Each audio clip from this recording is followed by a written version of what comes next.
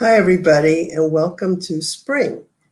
This is LEDA's community conversation with allies and visionaries, and we're really pleased to be able to bring a slightly different ally and visionary to you. This is our first out-of-the-state guest, and her name is Patty Spence, but just a little bit of clarification. She's also my husband's cousin, and I've known Patty for many years. I'm going to bring her on while I give a brief introduction to her bio. Welcome, Patty. Nice to Hi, thank you. Yeah, and it looks like it's sunny in Boston like it is here as well. It is. Great. So Patty actually has had a very interesting career, starting off as a sales rep for digital And Xerox. Right, and Xerox. And just like so many of us, we decided, or she decided, that it was time to try our hands at something else and actually run a nonprofit. And not only just a regular nonprofit, but a nonprofit that grows food in the middle of the city of Boston. So Patty, can you tell us how that happened? Well, it's interesting. I've always been extremely passionate about giving back to the community. Even when I worked in corporate America, I've also worked in radio and TV and Boston public schools as well. But it was always be it the community or people looking for jobs or just helping people better their lives in our communities. And these are communities, people of color. Black and brown folks in our communities. And so that's always been a passion for me. So to be able to do urban farming in the city and actually feed people and teach people how to farm, that's just been a great mesh of all the things I love to do. Great. Sometimes it takes a minute to find my mouse to click back on. So great. And, and like you said, so many of us that have focused on working with nonprofits find ourselves now at the other side, actually leading nonprofits. But yours is really interesting. You are the president and CEO of the Urban Farm Institute. We'll be calling that UFI for short, in the city of Boston, Massachusetts, which is Boston's been around for many, many zillion years, in the 1600s, I think, even earlier. You grow fresh food in the city of Boston. Some people might think that that's an impossible task. So can you please share with us how that is done? It is a very possible task and can be done in any city.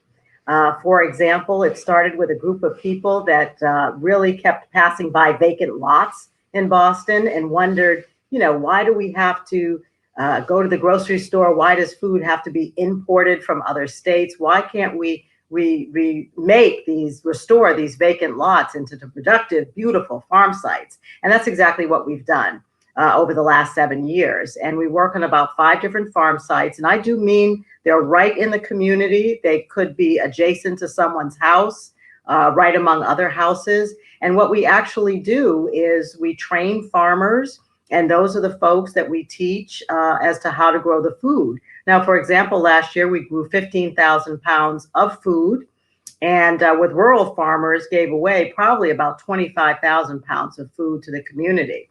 So we become experts in soil, experts in seedling cultivation. We grow about 100 different varieties of vegetables and herbs. Examples like 4 different types of collard greens, 3 or 4 different types of kale and tomatoes and squash and everything in between. Wow, that sounds really healthy. Since you're growing in vacant lots, is there a problem or concern about what was in the soil before? Can you share with us how you're able to grow healthy food in the middle of the city and consider what was there before? Well, number one, soil is the most important thing if you were looking at growing. Most of us love to look at the beautiful plants maybe that you can get at nurseries, but without that wonderful, rich soil filled with good dirt, good compost, you won't really achieve the benefits you're looking for. So what do? Oftentimes in the city, soil can be contaminated. And obviously lead is the biggest thing we worry about. So the first thing is always test your soil, and we always do. We test it twice a year. But we also do something a little bit different. We actually dig about 18 inches down into the soil. If you're looking at a farm site of, say, about 14,000 square feet, maybe about a quarter of an acre. So we dig down about 18 inches. We actually scoop that soil out. And then we put basically a landscape fabric. It's a geotextile material. We lay that down, and then we bring in the soil that we want to use. So oftentimes we're not actually in the soil. And then we grow from there, pretty much grow from there. So you basically add your own soil. Pretty much. With other great stuff that goes in the soil. Oh, the other thing I forgot to mention is that I'm also a gardener, and my father was a landscaper as well, was a gardener as well. So it sort of runs in my blood. So I'm hoping we don't get too complex, but I think this is something that's really important for people to understand, especially nowadays when they're trying to focus on healthy and fresh food. So when COVID hit last year, how did that affect UFI? Many people were concerned whether they would be able to have fresh food available in the stores and for themselves. How did UFI help with that? Well, and again, we are right in the community where there are very few stores, and people were not allowed to get on the buses at the beginning of COVID. So that you're looking at maybe a corner store, and you can't always get the healthiest things at a corner store. So we were very concerned for our own staff. Should we open our farm stand or should we not? So we had two. One farm stand was a COVID testing site, so we couldn't be there. So we were left with our headquarters in Boston, and we absolutely decided to open up our farm stand. We did it a little bit differently. You actually could order food online and pick it up there. Or what we did was we bundled the latest and greatest of our produce for the week into paper bags. And you actually came up to the farm stand, masked 6 feet apart. You were actually able to grab a bag. And then we would have a rural farmer that had samplings of fruit and strawberries, raspberries, things that we don't normally grow. And for example, corn. You don't normally grow corn in the city. You need more land. And so we were able to safely do that. And that became a huge point of contact for our community that really there was no other way to get fresh food. And the other thing we mandated, and we did this with our wonderful board, is we said we are not looking at revenue, that line item for last year. Whoever needed food was going to get it from us.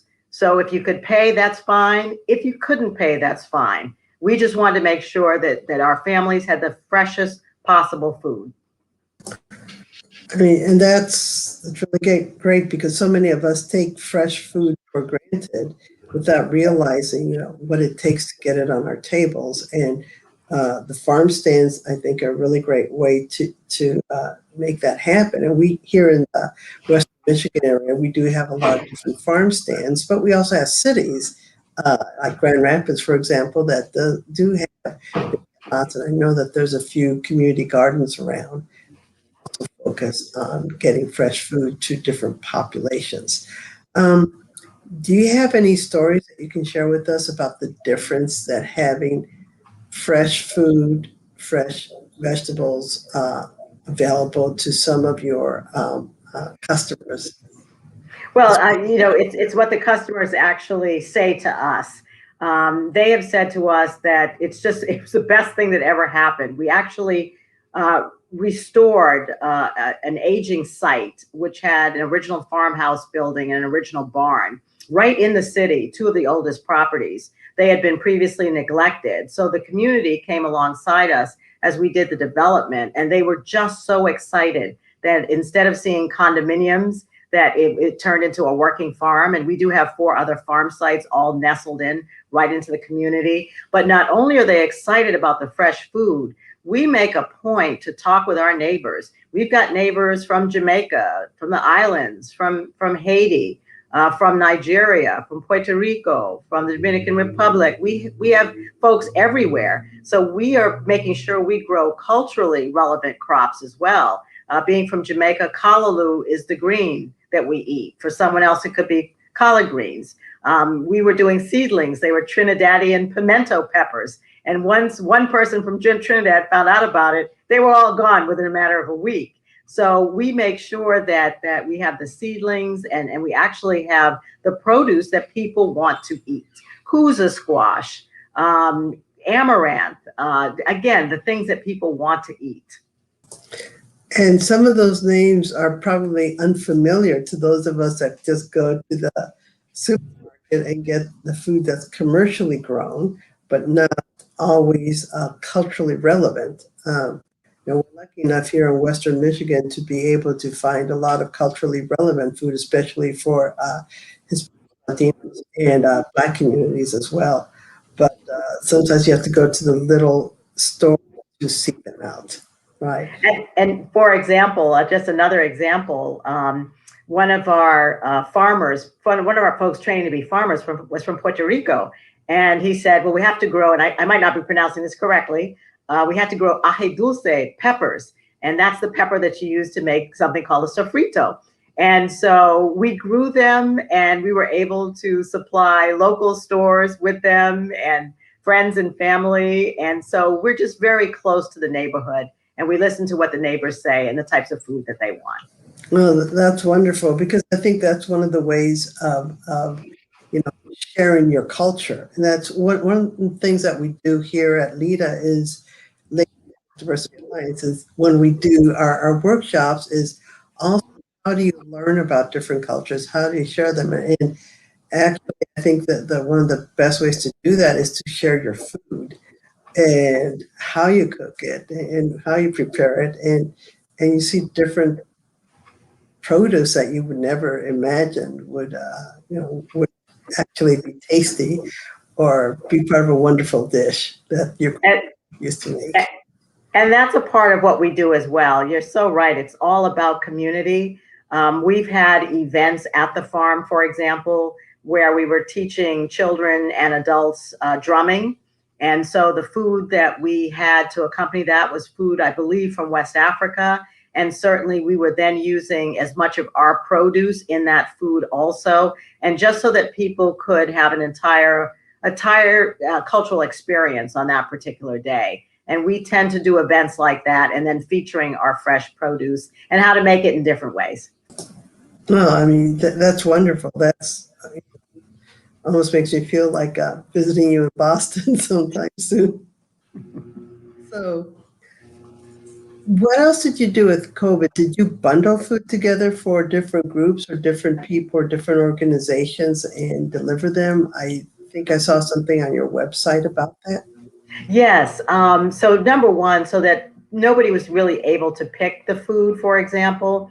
So they were bagged up, and that was through our farm stand. But we also, again, we were dedicated to the needs of our community. So when our growing season, well, we're in New England, the growing season starts. It starts getting cold, end of October, November. So our growing is pretty much done at that point. But there was still such a huge need for food in our community. So we worked with our local restaurants that were not operational, one of our food trucks that we have partnered with in the past, and through several grants, we were able to start our meal bag distribution program. So between October and we will conclude April 20th, we will have delivered 4,640 meal bags. And that each meal bag would feed a family of 3 to 4. And we always made sure it was healthy, protein, starch, veggie, and a little dessert as well.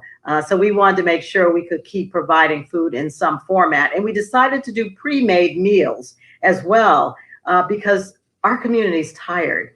I mean, COVID and having children at home and trying to teach them without enough of the electronics that you need and internet connections and people being sick in the house. Our folks are really, and not just us, but across the nation are very, very tired. So opposed to, and we did at times do fresh vegetables as well, but we did focus on those pre-made healthy meals that could oftentimes last for a couple of days. Oh, that's great because I know, for my own meal planning, it really does become tiring. So let's just move away from that and let's talk about how almost anyone can grow fresh food, whether they live in a house in the city or rent or even an apartment. How do you help people with that? Well, that's probably one of the most exciting things that came out of COVID, and good things have come out of it. And that was one of them. So we created a Build 100 Grow Boxes campaign. We started it last spring. And basically, for those that are familiar with the term, it's a raised bed. So what we do is we kind of asked our community if they would be interested in growing their own food. Everybody was buying seeds, and the interest was huge. And so we built 35 grow boxes last year. And what that meant was someone would sign up, they'd fill out an application, and we basically, with our farmers, would show up at your backyard or driveway. The first one was built in a driveway. So you don't have to have a lot of land at all, just a space with some sun. And it's a 4x8 box or 4x6 or even 4x4. And we build it right there, and we bring about 40 bags of good soil and compost. There's a bio barrier at the bottom because a lot of people actually were trying to grow in their backyards. And we didn't encourage that because soil testing had to be done. You couldn't even get soil testing done last year due to COVID. So we encourage people, just put it on top of the driveway or the backyard and just put the bio barrier there. Filled it in again with good soil and compost, and we would give a certain amount of seedlings. And then oftentimes people actually would purchase seedlings as well. And it was just the most exciting project. We would get pictures throughout the year of what was growing. And then by the time people could harvest, then we would get pictures of the plate of food that they actually made with their veggies. And it also allowed for intergenerational experiences. It could be the grandparents, the parents, the grandchildren, the grandparents, the grandchildren, the cousins, and our seniors. So it was just a wonderful experience. And we right now are gearing up to build another 30 this spring, and we'll build an additional 30 probably in the fall. Well, that's great because number one, you get the fresh food right outside your door, but two, like you were talking about the different generations, showing how where food comes from and working together in the garden. I think it's a really great way for families to come together, or families and friends to come together and bond. And I think the other key, I'm sorry. No, go ahead. I think the other key is you can grow so much in just a 4x8 box, more than you can normally eat. So it's not just your immediate family. You are then sharing with your neighbors, the person across the street, the family next door to you, and beyond. So most grow boxes, again, you can't eat all the food necessarily that you can get from a grow box. No, that is so true. Otherwise, you come home and find a giant zucchini on your porch or something like that. So there's also something else that you mentioned, porch gardens. Can you say a little bit about that, please? Yes, our seniors, for example, are absolutely, many used to kind of grow food back in the day and still want to grow food. But they're not maybe lifting as much and maybe can't get out in the backyard the way they used to. So number one, we do smaller boxes for them, 4x4. But if you just have a porch, and this is quite a few seniors that we're dealing with now, we can do something called a grow bag. And the grow bag can go right on your porch. And as long as you've got adequate sun, you can still grow string beans. You can even grow potatoes on your porch. But collard greens, kale, you can grow cherry tomatoes on your porch. And you can certainly grow a wide variety of herbs, rosemary, thyme, basil. All of those can be grown on the porch too. And if you live in an apartment and you don't have that porch, well, you really can't grow tomato and kale and those types of things, or squash, but you can grow herbs. And for example, I grow herbs outside and inside the house. I dry my own herbs. So I haven't actually gone to a store to buy the herbs that I like for a long time, but those can all be grown either on the porch or inside the house. Sorry, I couldn't find the mouse again. So that is, I always have problems with trying to find rosemary around the holidays for a rose. So and I keep trying to grow rosemary, but somehow I don't have for rosemary, but I can grow a bunch of other things. Um, so UFI has also helped other organizations start urban gardens. Can you share such a project with us? Yeah, just a wonderful project. This actually came out of last year. And right on the street that we're located on, there are approximately 4 buildings, large apartment buildings, and they actually are shelters for single moms. And the beauty of their program is that a single mom with their children can be there for up to 18 months. So they really are given a chance to get themselves established for when they move to the next place. And so we've been able to do, I think it's about 6 4x8 beds.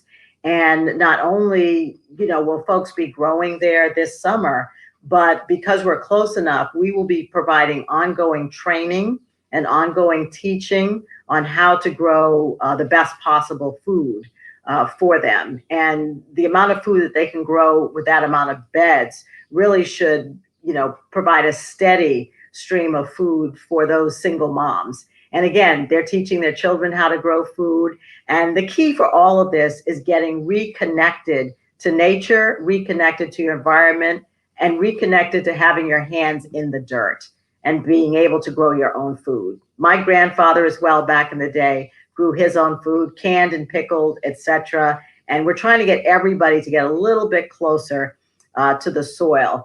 Just another comment, I was in on a group talking with 5th graders last week, and one of the 5th graders just happened to mention that broccoli grew on trees. And so, we need to debunk some of that stuff and get our children back to a closer understanding of how our food is grown. Well, they do look like little trees. Maybe that's how they refer to them. And when you mention your grandfather, that's the grandfather that you and my husband share, I believe. Yeah. And so he would always talk about how Pop would be growing things and canning them and Absolutely. right. So you keep mentioning farmers, okay, all along. And that's like, who are these farmers? What do they do? What do they learn? Did they just spring out, from the city or Well, we run a full farmer training program. We're actually in our 9th year of farmer training. And as farmers are trained, we actually oftentimes will hire them back to work for us as well, because we're definitely about economic development in our community and giving folks access to jobs as well. And so there's a lot of people that want to farm for different reasons. You kind of have a group that's maybe 20, 30, and maybe they're out of school and they just haven't found what they want to do yet. But they want to do something with farming, and they want to start a business, like maybe an herbal business or making soaps or teaching folks in a correctional facility how to grow food, or all different reasons. So you kind of have that group. And then you've got folks that are maybe in their 40s and 50s that this is something they always wanted to do. And they want to learn it now and how to integrate it into their life. And then you've got kind of the 50 plus folks who have done their careers, been there, done that, and want to make growing food a profession. That's what they want to do in their life. We had one such person who came into the program in his late 50s, and he was originally from Puerto Rico. Actually, he was the one that suggested that we start growing certain peppers, and he now runs his own farm for a neighborhood development corporation in Boston. This is what he's always wanted to do since he left Puerto Rico a long time ago. So we have all different kinds of folks, and when they graduate from us, many people end up working in food-related businesses. Also, some of the people that come through our program might be re-entering the workforce as well, had been unemployed. And when you go through our program, folks know that we generate just really highly skilled people, and they usually don't have a problem finding a job after they come through with us. And again, we hire many. So our farmer training program is a 9-week program. It's going on right now. It's an in-class program, and it's about 2.5 hours on a Thursday. You learn all the rudiments of farming. And again, it's only 2.5 hours for 9 weeks. But then if you're really serious, This year we'll select 6 people who will be with us for our infield program. You're with us 20 hours a week, 8 to 12 in the mornings, and you're actually learning how to build farms, plant seed, harvest, production, farm stand work. You learn everything with us. And that program goes from June through October. Well, that's, in more detail, if someone wanted to be a farmer in the city, what would they have to learn? And what are some of the chapters or segments that they learn? Well, they would, for example, you're learning, what is the difference between gardening and farming, and the differentiation for us here is if you're farming, there's a commercial component to it. If you're gardening, it's pretty much for yourself, your family. So we are commercial farmers, and that is our lens. Though we certainly are building those grow boxes in the community and trying to get everybody healthy by growing their own food. So parts of the class might be soil, understand the different levels, types of farming. So we just did that last week on a Thursday. But soil is a huge one, learning all about soil, because that's where it all comes from. That's the most important thing to understand is your soil and how to amend your soil, how to prepare your soil. For example, we had a brand new farm last year, and we had crops that were fine, but they could have been bigger. They could have been, lusher, for example, because the soil needs about a couple of years to really be able to produce what we need. So you learn about soil, you learn about crop planning. What plants can you use together? What plants shouldn't be together? You learn about pest management. We do everything using organic principles. So, for example, we might plant a lot of marigolds and a lot of dill, a lot of basils to ward off the bad bugs. And sometimes we'll actually purchase good bugs to ward off the bad bugs, for example, in a greenhouse setting. So those are some of the things you'll learn about marketing as well. And then you learn adjacent things to farming. You learn, about bees, how important bees are. Many farmers want to ensure that they have bees on their property as well. We might even take a viewpoint, look at chickens as well, things that you can do in a small sense in the city. So those are some of the components of what we do. And also everybody has to volunteer in the 9-week program for at least 3 days at the farm, so they can really get an idea of what working with the farmers and working in the soil is all about.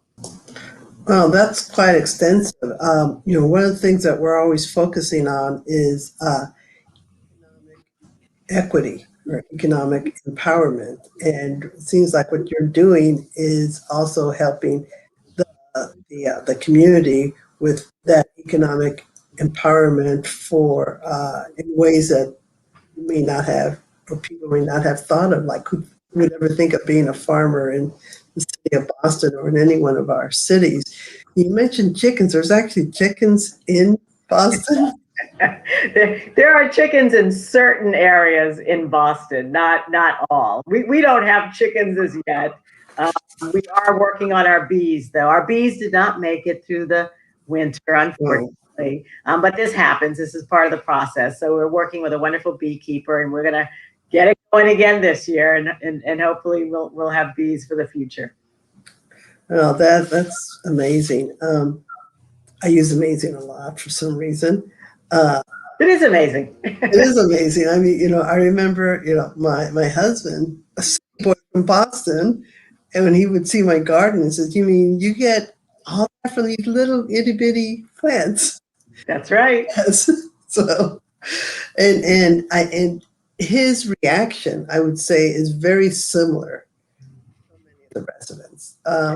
What has been, I would say, an inspiring moment or story that you realize this is why we do this? Well, the inspiring stories, it's interesting. It actually comes out, many of our stories come out of the farmer training program in actuality. And it has changed people's lives. And we've got one example after another. Chris, who I met in 2014, who went through our program, he was reentering the workforce. And in his own words, he didn't know what he was going to do. He didn't have a plan. And he just was somewhat lost. So he joined our program, our 9-week, and then he went into our 20-week. And in his own words, he said, if it wasn't for UFI, he didn't know what he would have done, and it actually saved his life. Those are his words. He was a big guy. He also lost 100 pounds that year, if you look at a full 12 months. And he went on to work for a place called the Commonwealth Kitchen. It was an incubator for small food businesses. And he actually stayed with them for 4 years. We hired him back for 2 summers with their permission. So he basically was on his way, fully gainfully employed. And we have stories like that all the time, all the time. So you mentioned the farmers, I think that you mentioned are men. How about, are there any female farmers that have gone through your program? Absolutely. Actually, it's usually more women than men. It could be anywhere from 60 to 70% women, to be quite honest. A lot of women are interested in growing food, and they're interested in growing food for their children as well. So no, it's actually skewed towards women. Oh, that's great. The other thing, you actually mentioned the economic aspect about it, about how to run a farm business or a farm stand, and the economies of that and the economics of that. Well, it's for us, we're a nonprofit. A lot of our funding, well over 80% of our funding, is coming through grants and foundations, corporate foundations. Because we are in Boston, we don't have the amount of land we're talking about is about 1.5 acres, or a little bit less than 1.5 acres. It's not like a large expanse of 2 to 3 acres. So there's a finite amount of food that we can grow on that. And because economic development for people in our community is so important, we make sure that folks are getting, paid a livable wage, number one. That's important to us. And so we are still geared towards corporations and foundations and grants. So in other words, what I'm saying is that the farms themselves aren't going to pay for the entire organization. Right.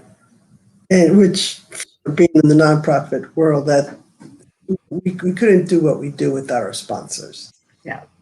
With the corporations and the foundations that see the need and want to make certain that the communities thrive. Absolutely. And that's what we're doing. Part of our mission is to simply build a healthier community. And if you look at any of the success stories that we've had, that's worth it. That's what we do. And then we can actually bring people back. Well, if you think of our staff right now, someone from the class of 2013, another from 2013, the class of 2017, the class of 2019, and those are our key farmers. And then another beauty of where we're located is that the folks that work on our farmer training program and work to run the farms also, they actually live at the farm as well. So we have 2 farmers that have been with us from the very beginning before I got there, and they actually live on the farm as well. So pretty cool. So yeah, that is cool. It's like people say, "Where do you live?" I live on the farm. Where's your farm? And they end up being ambassadors. So if someone is walking through, they're there, they do, and they're wonderful ambassadors for what we do. Yeah, that's great. So you mentioned that you also had children visiting, or pre-COVID, you had school groups coming. Yes, absolutely. So pre-COVID, we had about 750 volunteers that we had each year. That went down to about 12 last year, and we still managed to grow the food. Our farmers are wonderful. They still managed to grow the food. And also we work with Boston Public Schools, and that unfortunately had stopped as well. So we will bring that back up probably in 2022. We also had a teen program. It would be about 3 or 4 teens that would join us for about 6 weeks. So all of these programs are coming back, along with the fact that our offices, the first floor is a teaching kitchen. So in normal pre-COVID, you would actually buy your food at the farm stand, and then you'd actually go into our teaching kitchen and learn how to make, for example, spicy green beans, if green beans is what we were selling at the farm stand on that day. And then if you're looking at culture, maybe we will focus on Trinidad that day and have music and, special dishes based on the Trinidadian culture, and books for children on growing. So this would have been, had COVID not hit, we were moving to the fact that our farm headquarters would be a destination place on a Friday. And we will get back to that. We all will. Oh, yes. I mean, COVID has taught us to be extremely flexible and creative, but there's some things that we learned during COVID is like, you know what, we're going to keep doing this that way because people are able to. It's all about accessibility, making your program or what you do accessible to as many people as possible. So and actually, to that point, I will also add that our seniors are very, very important to us as well, from the babies to the seniors. And we had developed a program called Fit Around the Farm. Seniors would meet in the kitchen. They would do chair yoga, and then they would put on their aprons, get their cutting boards out, and make healthy salads together, discuss everybody's different cultures, and we'd bring in guest chefs. And when COVID hit, we said, okay, well, we can't do that anymore. The last folks we want to bring in and put together in a small room would be our seniors. And we thought about it, and I said, you know what? Let's try to get our seniors on Zoom.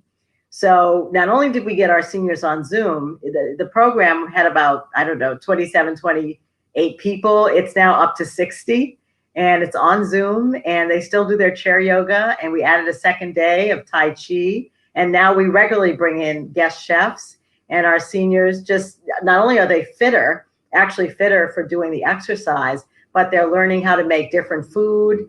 They learn how to use less salt, drink more water, eat more veggies, maybe fry the food in something different or not fry at all. But of all the things that it's provided, it's dealt with staving off isolation, particularly during COVID. So we were able to get our seniors on Zoom, and we had a wonderful gift from our Elder Commission of Chromebooks. So for those seniors that don't have a laptop or any type of computing equipment, we have done that too. So everybody's important in our community. No, that's great. That's wonderful. Like I said, from babies to seniors, everyone in between. We've covered a lot of ground. Sorry, couldn't help the pun. There are a lot of puns for farming. I know. Is there anything are there any parting thoughts that you'd like to share that we haven't talked about or discussed? Well, I would our mission is to get everybody to grow food at this point. If it's just herbs in the house, grow your herbs in the house. If you can do string beans on the porch, do your favorite string beans on the porch. We just want everybody to reconnect with the earth. I mean, as you're looking at climate change, a host of environmental issues, we've seen it all happen across the country, one environmental issue after another. It's just very, very important that, we know where our food comes from, and we know how to grow our own food. And it's important for us to teach our children that as well. And the babies can grow food, the seniors can grow food, and everybody in between. So we don't have to be as dependent on that grocery store.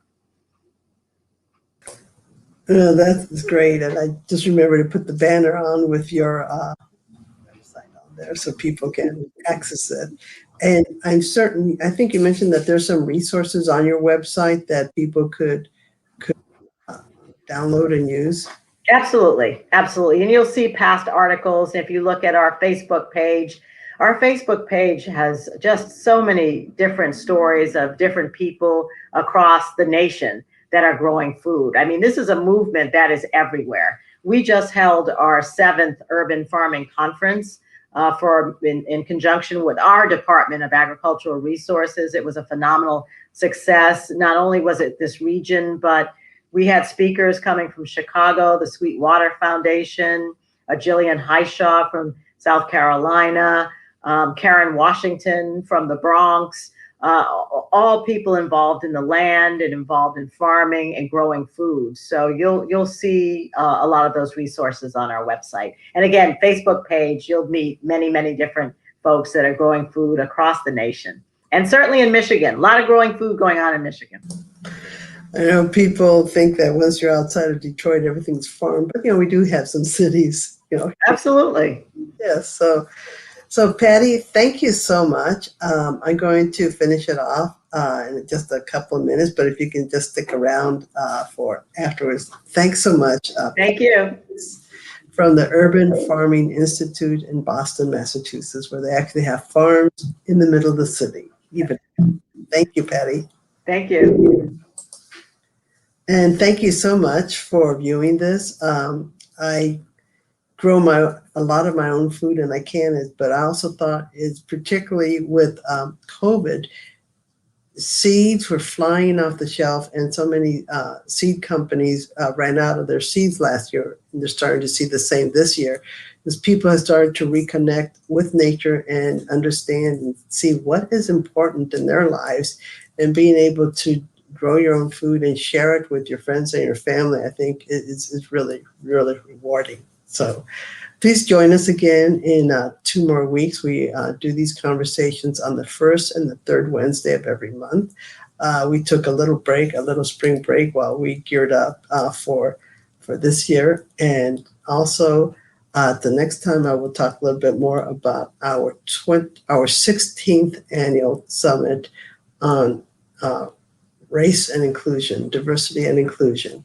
And we have some exciting speakers as well as workshop presenters. So there will be a little bit more information on that next time.